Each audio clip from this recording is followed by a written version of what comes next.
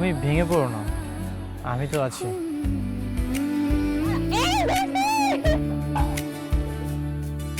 তাহার আসিবার কথা শুনে মেঘেরা করেছে আড়ি, আজ নাকি বৃষ্টি হবে ভারী।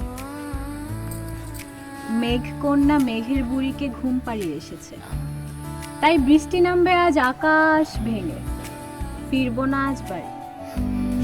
বাবাজি, আমার 2-3টা ইটের ভাটা আছে, সেখানে মাটিতে পোড়ায় ইট বানাইতে হয়। প্রয়োজনে মাঝে মাঝে মানুষ পোড়ানো লাগে।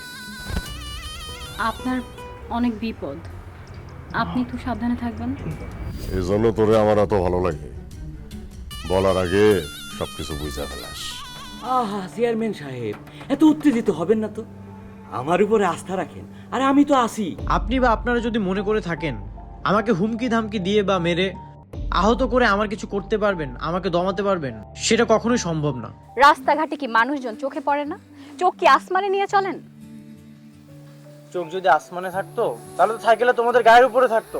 একটা কথা মনে রাখবা ছোট ভাই, দুনিয়াটা হইতেছে খাওয়া খাওয়ির খেলা, যখন যে যারে পারে খায়া দেয়। থাকো। কেন আপনি একটু মায়া ভরা চোখে আমার দিকে তাকান না? আমার জন্য কি আপনার কোনো মায়া নেই?